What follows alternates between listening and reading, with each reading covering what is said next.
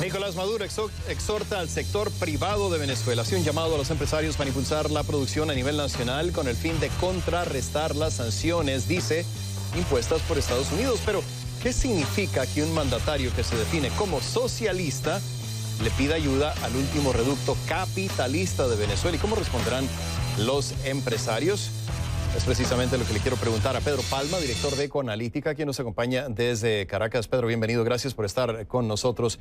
Escuchabas la introducción, supongo que viste el anuncio que hizo el presidente esta semana. Decía, quiero exhortar, quiero invitar al sector privado, a las empresas, a que trabajen más duro que nunca para reactivar la economía de Venezuela. Esto en un país cuyo gobierno, cuyo régimen se define a sí mismo como socialista. Paradójico, difícil de entender, difícil de explicar. Pedro, ¿cómo lo interpretas tú? Bienvenido. Bueno, gracias por la invitación. Yo lo catalogo como paradójico en el sentido siguiente. El gobierno durante 18 años se ha encargado de hostigar al sector privado, ha destruido muy buena parte de ese sector privado. Hoy en día han podido sobrevivir muy pocas empresas a esa política hostil de controles de precios, expropiaciones, expoliaciones, no darle acceso a las divisas para poder importar, en fin, una serie de políticas muy negativas que prácticamente han destruido el aparato productivo privado en Venezuela y que buena parte de las empresas que eran privadas pasaron a manos del Estado. Pero esas son empresas pésimamente manejadas que hoy prácticamente no producen nada o producen una fracción de lo que producían en manos privadas. Entonces, ese mismo Estado que se ha encargado de destruir el aparato productivo interno de Venezuela, tanto privado como público, es el mismo Estado que ahora le está pidiendo al sector privado que dé la cara, que reaccione. Obviamente los empresarios que han podido sobrevivir hasta el momento lo intentarán como un mecanismo de sobrevivencia. Pero las posibilidades de que haya una respuesta realmente positiva y de que veamos una reacción muy favorable en la actividad productiva es prácticamente inexistente, porque la situación que actualmente se vive en Venezuela es realmente dramática. Pedro, ayúdanos a entender cómo es la vida del empresario promedio en Venezuela. ¿Cómo es que puede manejar esa línea tan difícil de encontrar y también tan difícil de evadir entre tratar de manejar una empresa en una forma exitosa, pero al mismo tiempo de no ser tan exitosa que le llame mucho la atención al gobierno, para evitar lo que podría ser una expropiación que ya las veíamos desde que estaba Hugo Chávez en el poder? ¿Cómo se hace esto? ¿Cómo es la vida de un empresario en la Venezuela de hoy? Mira, una vida sumamente difícil y compleja. Realmente cuesta entender cómo han podido sobrevivir muchos empresarios o muchas empresas en Venezuela. En primer término, porque la fuente generadora de divisas en el país es el petróleo, es la exportación de petróleo, y el gobierno también se ha encargado de destruir a PDVSA, y por lo tanto que hoy estemos produciendo 700.000 barriles cuando llegamos a producir más de 3 millones de barriles unos años atrás. Eso ha hecho que, bueno, prácticamente el ingreso y la disponibilidad de divisas prácticamente sea inexistente. Las reservas internacionales han bajado dramáticamente, por más que el gobierno ha vendido una cantidad importante, un 30% de las reservas de oro durante el último año. Eso no ha sido suficiente para generar los ingresos de divisas necesarios para que se importen las materias primas y los insumos necesarios para producir.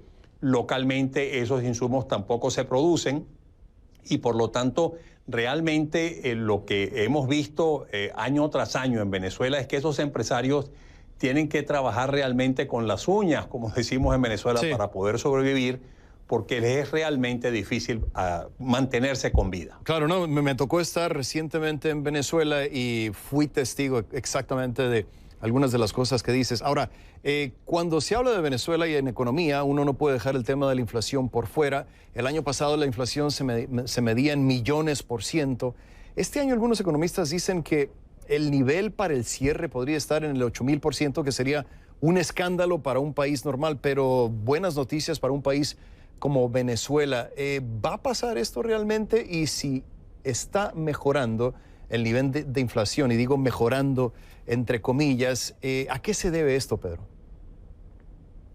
Mira, la inflación ha cedido durante los últimos tiempos, básicamente a lo largo del año 2019, y eso se ha debido a un par de factores importantes. Uno de ellos es una política monetaria tremendamente restrictiva implantada por el Banco Central, que ha implantado unos encajes requeridos a la banca prácticamente confiscatorios, prácticamente del 80% en promedio, 100% sobre los nuevos depósitos que haga la banca. Por lo tanto, bolívar que recibe cualquier banco lo tiene que inmovilizar en el Banco Central en forma de reservas y reservas no remuneradas.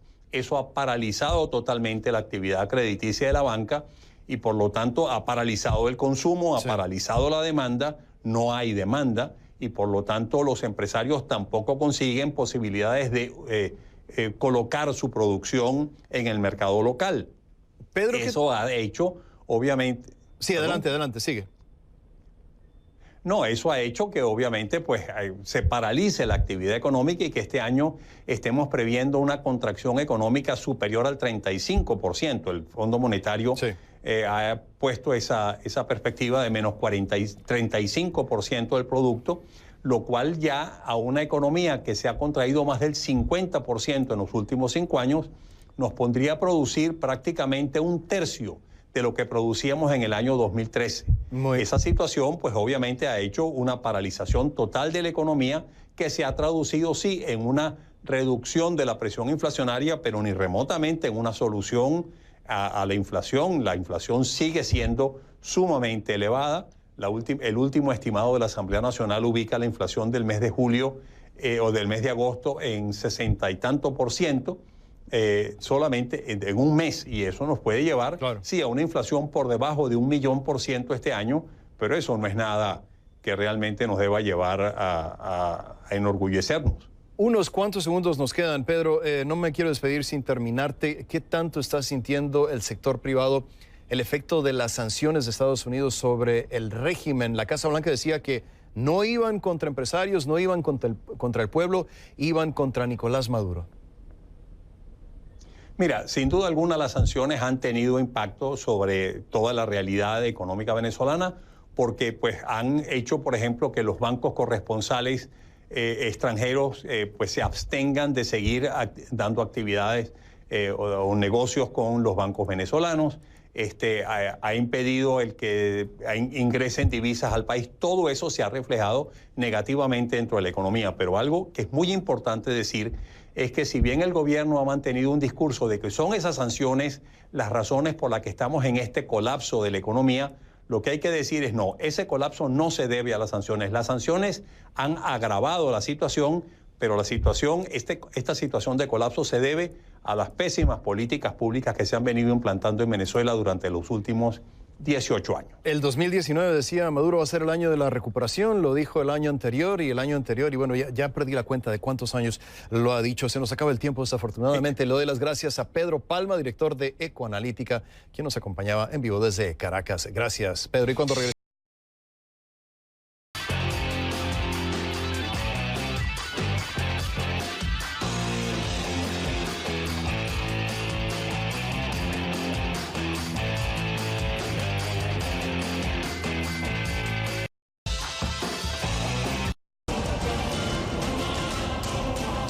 Trump y Maduro reconocen que sus gobiernos han estado en conversaciones al más alto nivel, pero el asesor de seguridad de la Casa Blanca, John Bolton, precisa que el diálogo ha sido para discutir la salida de Maduro y la celebración de elecciones libres. Se acerca finalmente el fin de la crisis. A Trump le conviene electoralmente lograr el fin del conflicto a puertas de las elecciones del 2020. Lo discutimos. Vamos de inmediato con Michael McCarthy, profesor adjunto de Relaciones Internacionales de la Universidad George Washington. Nos acompaña desde la capital de los Estados Unidos. Michael, considerando que Venezuela como país es cada vez menos viable y que, por otro lado, el presidente Donald Trump en su carrera por la reelección necesita demostrar resultados, sobre todo lo que tiene que ver con el voto hispano, ¿están las condiciones para que Washington y Caracas lleguen en esta pasada a una solución de la crisis? Bueno, José Manuel, creo que es una pregunta que tiene varias partes, ¿no? Y creo que es importante comenzar diciendo de que la administración de Trump y el presidente en particular tiene su propia versión de la diplomacia coercitiva. Y en el caso venezolano, que es uno de los casos más difíciles aquí en el mundo, ellos, a través de su política exterior, han tenido mucho impacto en la crisis. Pero como en otros casos, donde están utilizando la diplomacia coercitiva, no tienen en las manos una victoria completa. Entonces, ya conectando con tu pregunta particular, el tema político electoral aquí en los Estados Unidos, el tema 2020, es obviamente muy importante para el tema de la Florida, un estado estratégico para cualquier escenario de reelección del presidente Trump. Entonces, le conviene a Trump seguir mostrando que está comprometido con el caso y con la búsqueda de una solución a la crisis. Pero yo no estoy convencido de que estamos a la puerta de un futuro, digamos, diálogo, negociación entre Maduro y Trump. Eso no creo que está a vuelta de la esquina. Y en el marco de esta negociación coercitiva, si el diálogo político entre Estados Unidos y Venezuela fracasa, Trump podría precipitar una salida militar, que es lo que muchos venezolanos fuera de su propio país, digamos, piden a voces. ¿Crees que esto es una solución plausible en caso de que este diálogo, estas conversaciones no funcionasen? Claro, yo creo que la mediación que se está dando a través de Noruega, también con el apoyo de algunos países de la región y también otras instituciones internacionales, es un proceso importante. Pero creo que desde la óptica de la Casa Blanca, ellos lo ven las conversaciones como parte, como digamos un subjuego dentro del juego de poder global. Entonces, lo que dijo el señor Bolton hace una semana más o menos en Lima era de que es la hora para la acción, no para dialogar, para seguir dialogando, digamos, ¿no?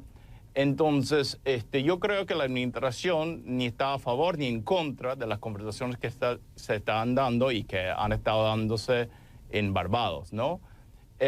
Recientemente también el presidente Trump mencionó una idea, un tema naval, digamos, ¿no? De utilizar unos barcos y eso salió en prensa, ¿no?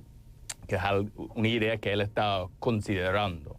Ahora, fíjate, José Manuel, creo que hay muchas restricciones ahí y creo que también el presidente Trump está haciendo lo que él sabe hacer, es decir, hablar de ideas que son difíciles de alguna forma de implementar. Ahora, al mismo tiempo, es claro de que para el presidente Trump el uso de la fuerza militar, él lo ve como una opción legítima.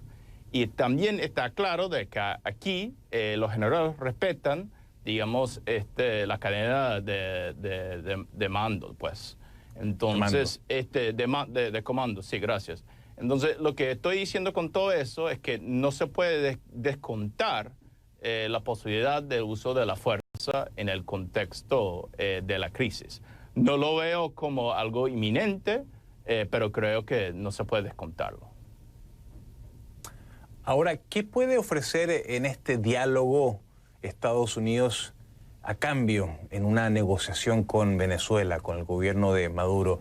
Me pregunto, ¿impunidad? ¿Descongelar activos? Porque el desalojo, Michael, del régimen siempre va a tener un precio. Y mi pregunta es, ¿cuál es ese precio? Claro, es una pregunta muy importante y creo que también hay que considerar de que en el contexto de estas conversaciones estamos hablando de por lo menos tres partes, ¿no? Porque también está el gobierno de Guaidó, que está formalmente sentado en la mesa, mientras que Washington no está en la mesa como tal, ¿no?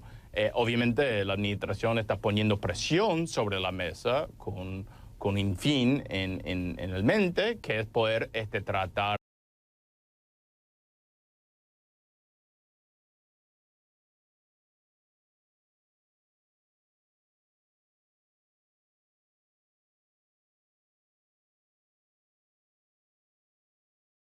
de apalancar el poder económico de los Estados Unidos.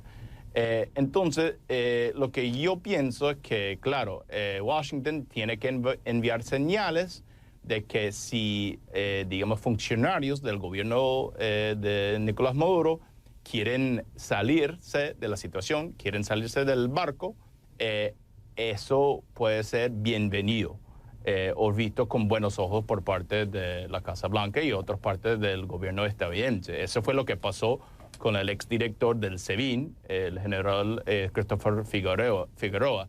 Entonces, eso es parte de la estrategia, de dar estos incentivos positivos para que haya un cambio. Ahora, no han tenido impacto, eso está claro, pero como dije al principio, no tienen claro cómo lograr la victoria completa en este caso. Eso es la realidad, pues.